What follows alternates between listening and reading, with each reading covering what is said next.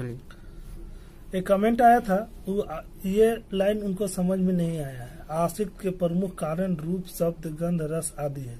तो हम बता दें, आशिक का मतलब होता है कि कोई भी एक ऐसा वस्तु जब देखे तब इच्छा जगता है कि हम उसे प्राप्त करें। आशिक का मतलब होता है कि जब भी कोई वस्तु देखने के बाद उसकी आवश्यकता हो। समझ में आता होगा आप लोग को शायद। आशिक का मतलब एक ऐसा वस्तु जब देखे तो उसको जरूरत महसूस हो। तो इसी तरह से ये है, आशिक के प्रमुख कारण क्या है, ऐसा होने का कारण क्या है, रूप। उस वस्तु का रूप अच्छा लग गया, तो अच्छा लग गया तो उसको हमको लेने का मन करेगा कि हम उसको खरीद लें, उसको घर में रख लें। समझ में आ रहा बात को। जैसे ठाकुर के देख के दाढ़ी पे हाथ जाता है, ध्यान होगा कि ठाकुर देखे तो अरे दाढ़ी बना लेते हैं, ऐसे याद नहीं आता है। उसे शब्द भी जब कोई चीज देखते हैं या बोलते हैं, जरूरत पड़ता है तब उससे शब्द का प्रयोग किया जाता है। दिमाग में पहले से शब्द ऐसा नहीं रहता।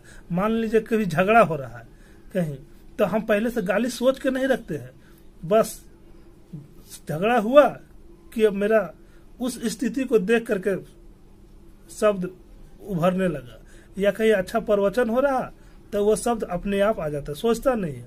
गंध मतलब स्मेल, सुगंध, जो भी, ये जब मान के चले कि कहीं से पार हो रहे हैं और समोसा के खुशबू आया तो बस समोसा खाने के लिए हम, मेरा इच्छा हुआ, जरूरत पड़ गया हमको समोसा का। रस आदि अब क्लियर हो चुका होगा।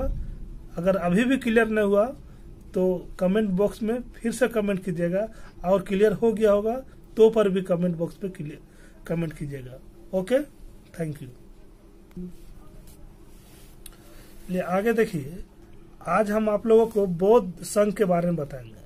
संघ पहले याद है, बौद्ध के बारे में बता ही दिया। बौद्ध का मतलब होता है पर बुद्धि, जो जिसको ज्यादा ज्ञान हो जाता है तो उसको बौद्ध कहते हैं। ये गौतम बुद्ध ही नहीं है कि बौद्ध, जिस भी इंसान को बोध यानी ज्ञान प्राप्त हो जाए वो बौद्ध कहलाता है। ठीक है। संघ का मतलब होता है, इसका मतलब हम समझा दें, जैसे कोई भी धर्म के प्रचार करना संघ कहलाता है।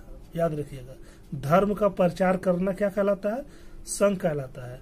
जैसे अभी आरएसएस वाला हिंदू धर्म का प्रचार करते हैं, तो अभी न्यूज में आप लोग सुने होंगे कि जमायती वाला भी मुस्लिम धर्म का प्रचार कर रहे थे। तो बहुत सा धर्म है जो प्रचार, ईसाई लोग भी एक झुंड बना करके निकलते हैं, वो लोग भी धर्म प्रचार करते हैं। पंजाबी लोग भी निकलते हैं झुंड बना करके, वो लोग भी अपना धर्म का प्रचार करते हैं, उसी को संघ कहते हैं। ठीक है।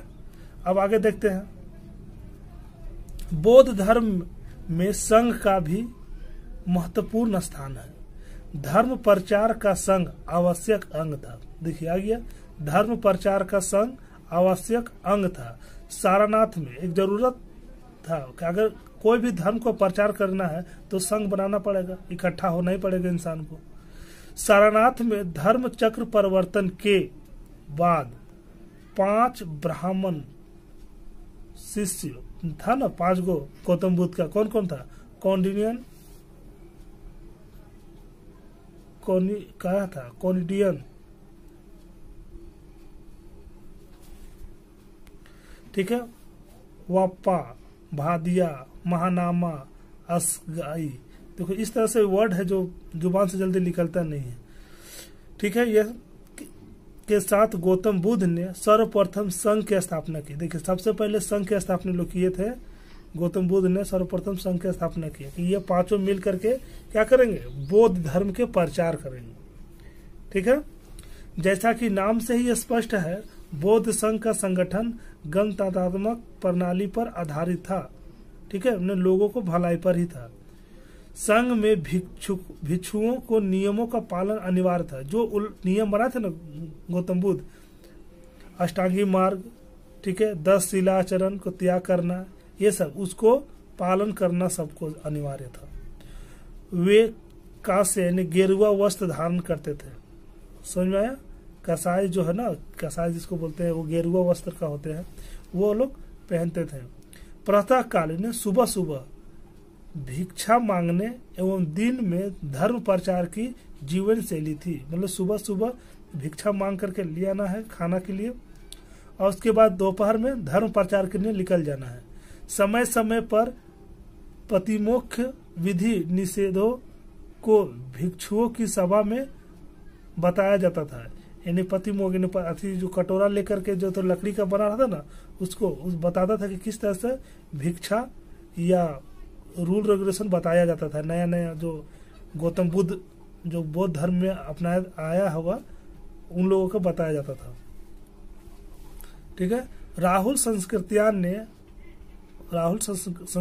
जो है राइटर जो है के अनुसार गौतम बुद्ध ने संघ में साम्यवादी व्यवस्था को लागू किया था।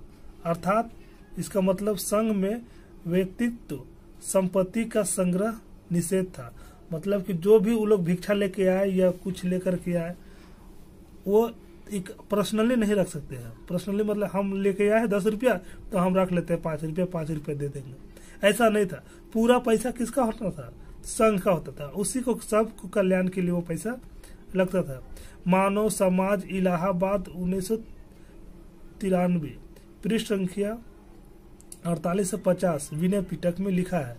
विनय पिटक सूत पिटक ये था ना, जो कोई भिक्षु जानते हुए संघ के लाभ को व्यक्ति के लाभ के रूप में परिणत करे, देखो आ गया कि जो कोई भी भिक्षु जानते हुए भी संघ के लाभ को अपना व्यक्ति मतलब अपना लाभ के रूप में परिणत कराए, उसे प्रायश्चित लगेगा, मतलब उस पर दंड लगेगा, मतलब उस पर उसको कड़ा रूल रेगुलेशन से बांधा जाएगा। विनय पिटक ऐसा नहीं कि मारा जाएगा, मारना तो था ही नहीं बौद्ध धर्म में, उसको कड़ा कानून बनाया जाएगा।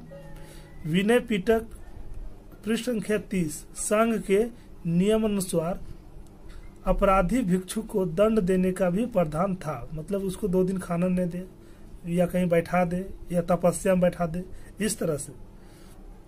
गृहस्थ जीवन में रहकर बौद्ध धर्म को मानने वाले को उपासक एवं उपासिका कहा जाता है। यहाँ क्वेश्चन बन रहा, क्वेश्चन लिख लीजिए आप लोग सब। क्वेश्चन पूछेगा कि गृहस्थ जीवन में रहकर बौद्ध धर्म को मानने वाले को क्या कहते हैं? लिखिए, गृहस्थ जीवन में रहकर बौद्ध धर्म को मानने वाले को क्या कहते हैं? आंसर लिखेगा उपासक और उपासिका।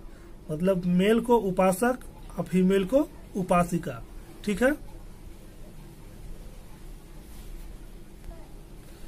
प्रारंभिक अवस्था में बौद्ध धर्म के द्वारा सभी वर्गों के लिए खुले थे। यानी शुरुआत जब बौद्ध धर्म शुरुआत में आया तो सभी धर्म, सभी वर्ग, सभी जाति के लिए खुला था। लेकिन फ्यूचर में गौतम बुद्ध देखे कि कुछ चोर उचक्का इसमें आ रहा था तो उस पर कुछ पाबंदी लगा है, देखते हैं। परंतु कालांतर में गौतम बुद्ध को नवीन सामाजिक, आर्थिक एवं राजनीतिक परिस्थितियों से सामंजस्य बिठाने पड़े।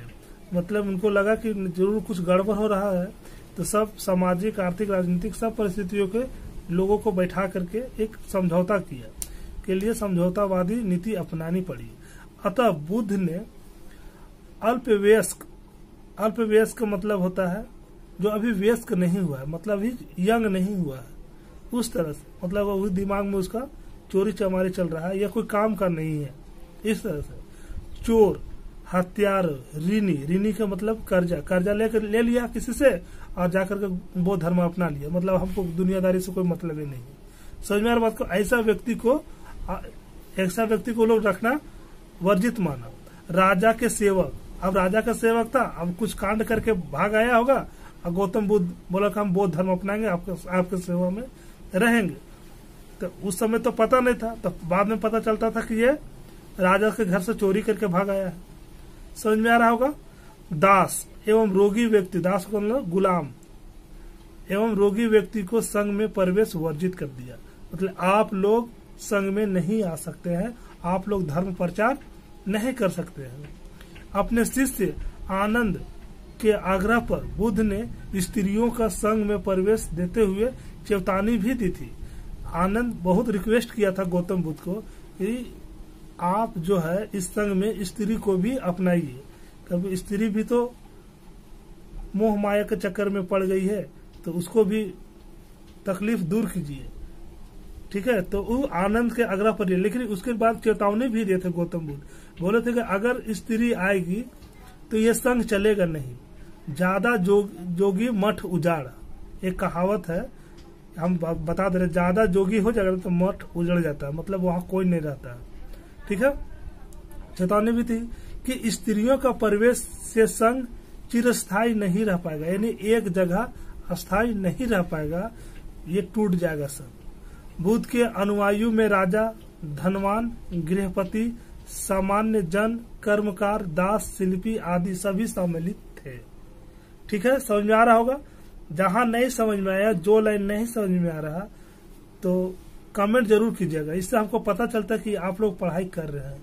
अगर नहीं कमेंट कीजिएगा तो हमको पता नहीं चलता कि आप लोग वाकई में पढ़ रहे कि नहीं। अगर हाँ समझ में आ गया तो बोल दीजिएगा हाँ सर समझ में आ गया, नहीं समझ में आया तो कहाँ नहीं समझ में आया वो जरूर लिखिएगा। संघ की कार्य प्रणाली, संघ की कार्य प्रणाली गणतंत्रात्मक थी। इसकी प्रमुख विशेषता इस प्रकार है। पहला है नीति। संघ का प्रस्ताव पाठ, यानी जो भी वो प्रस्ताव पाठ दिए थे, नीति बनाए थे, रूल रेगुलेशन बनाए थे, वो गिप्ती यानी प्रस्ताव के पहले उसकी सूचना, प्रस्ताव पास करने का पहले उसका सूचना दिया जाता है। जैसे अभी देखे होंगे मोदी जाते हैं, प्रस्ताव पास करने से पहले टीवी पे आएंगे 8 बजे, अब बोलेंगे इतना बजे से ये काम होगा। समझ में आ रहा हो, उसका सूचना पहले दिया जाता था। ठीक है। अनुसावन, अनुसावन प्रस्ताव का पाठ, अनुसावन मतलब प्रस्ताव का पाठ, जो भी प्रस्ताव पास किया जाता है उसका पाठ। छंद, प्रस्ताव पर विवाद की स्थिति में डाला मत, यानी जो प्रस्ताव पास हुआ, ठीक है, उसके विवाद में सब मत अगर आ जाए तो उसको छंद कहते हैं। सब लोग उसको लगे कि नहीं ये प्रस्ताव सही नहीं है तो उसको क्या कहते हैं, छंद। आसन क्या वो हिल रहा क्या? आसन प्रज्ञापक, सभा में बैठक व्यवस्था करने वाले अधिकारी। आसन प्रज्ञापक मतलब सभा में बैठक जो करते हैं, सब जो बैठे रहते हैं, व्यवस्था करने वाला अधिकारी, यानी सबको बैठने के लिए जो व्यवस्था किया जाता है उसका अधिकारी को बोलते हैं आसन प्रज्ञापक।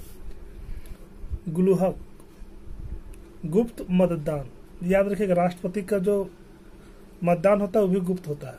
ठीक है, तो इसका भी गुलूहक मतलब गुप्त मतदान। विघटक, प्रत्यक्ष मतदान, इसका मतलब होता है डायरेक्ट मतदान। कोरम, सभा की वैध कार्यवाही के लिए कम से कम उपस्थिति सदस्यों की संख्या 20 थी, कम से कम 20 होना ही चाहिए। ठीक है, उसको कोरम कहते हैं। क्या कहते हैं, कोरम। उप संपदा, संघ में प्रविष्ट होने का प्रवज्य उप संपदा कहलाता है। ठीक है, संघ में जब प्रवेश करेंगे तो उसको उप संपदा कहलाएंगे। ठीक है, समझ में आ रहा। बोध महासंगीतियां, अब देखिए बोध में कहाँ कहाँ संगीत हुआ था उसके बारे में बताया गया है। ठीक है, उनके बारे में बताया गया। चलते हैं थोड़ा सा ये ले लेते हैं।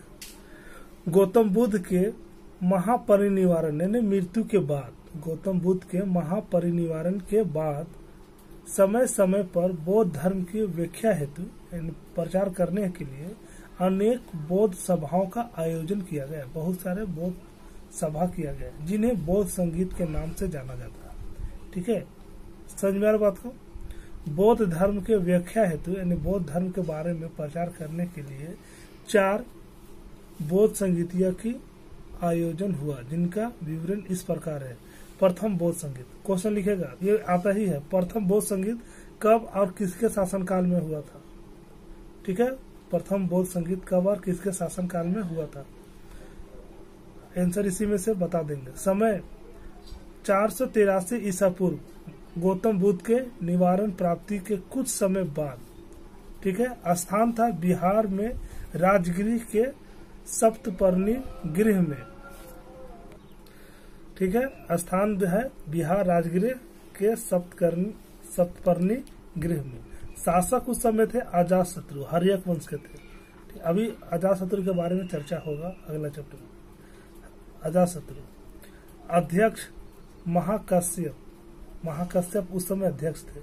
ठीक है, तब क्वेश्चन बनेगा कि प्रथम बौद्ध संगीत कब और किसके शासनकाल में हुआ? तो 483 ईसा पूर्व बिहार में अजात शत्रु के शासनकाल में। प्रमुख कार्य, गौतम बुद्ध के शिष्य उपाली ने स्मृति यानी उनके याद के आधार पर संघ के नियमों का पाठ किया, जिसे विनय पिटक के रूप में संकलित किया गया, यानी विनय पिटक के रूप में लिखा गया।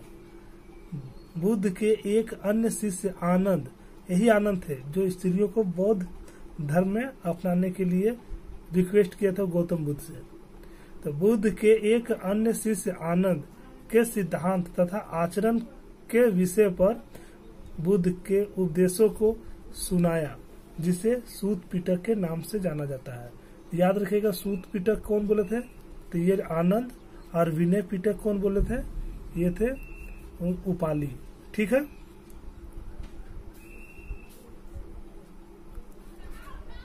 जिसे सूत पिटक के नाम से जाना जाता है।